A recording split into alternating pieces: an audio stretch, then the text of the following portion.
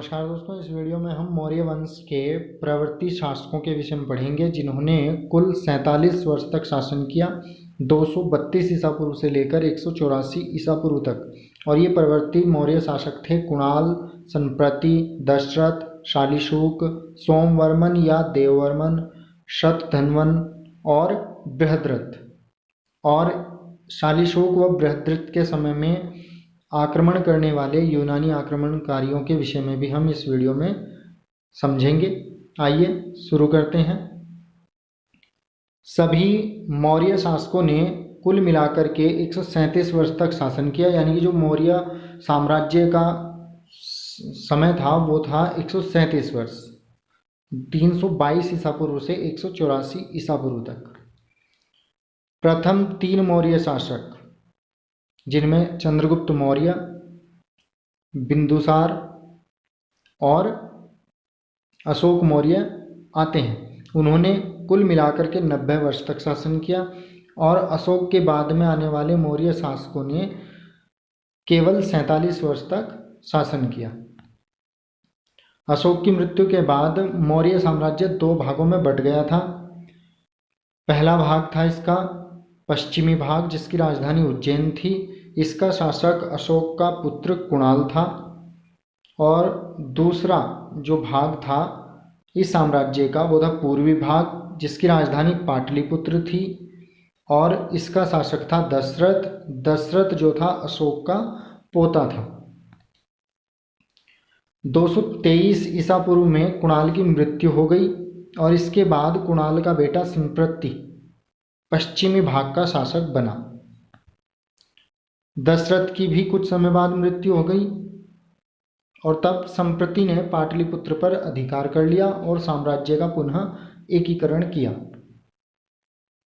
संप्रति परवर्ती मौर्य शासकों में सबसे अधिक शक्तिशाली था और वह जैन धर्म का अनुयायी था। यहाँ पर एक बात और भी है कि अशोक बौद्ध धर्म को अपनाने से पहले शैव धर्म का अनुयायी था, शिव भक्त था वो।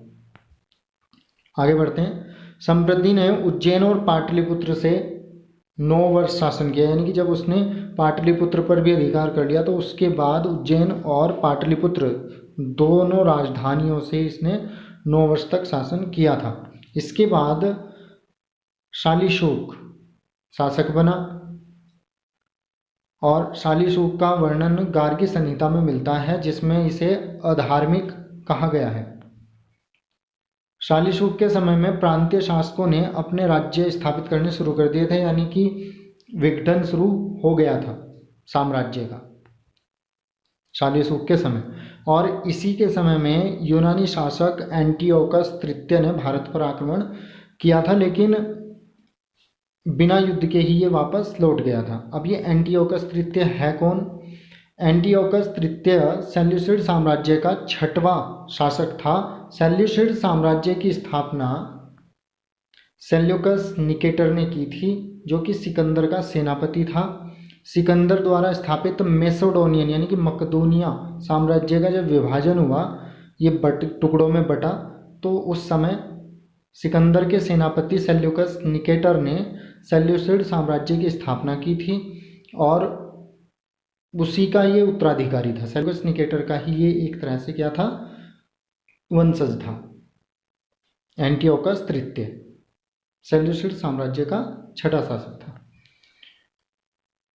शालीशुक के बाद क्रमशः सोमवर्मन या देववर्मन भी इसको कहीं कहीं पे कहा जाता है, शतधन्वन इसके बाद, और फिर सबसे आखिरी में इस वंश का अंतिम शासक बृहद्रथ आया, इसने शासन किया।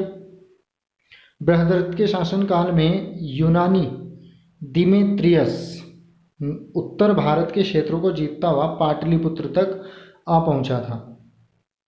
अब ये कौन है? दिमेत्रियस ग्रीको बैक्टीरियन साम्राज्य के शासक यूथिडेमस प्रथम का पुत्र था और 200 ईसा पूर्व के आसपास उसका उत्तराधिकारी बना था।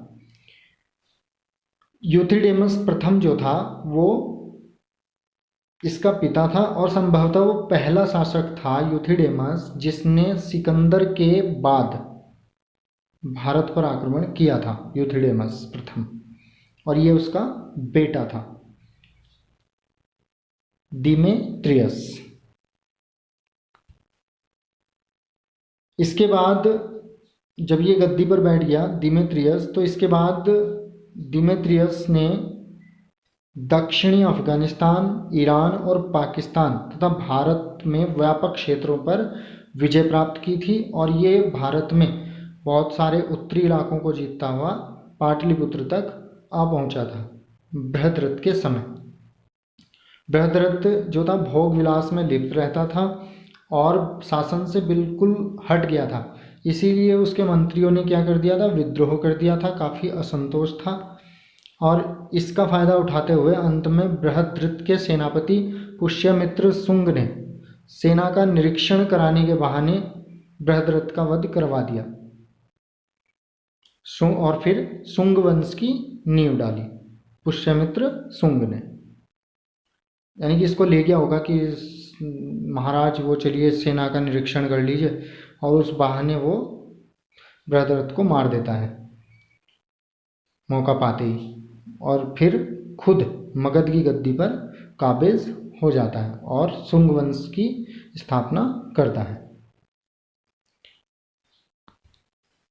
Thanks for watching. Please like and share the video and subscribe my channel.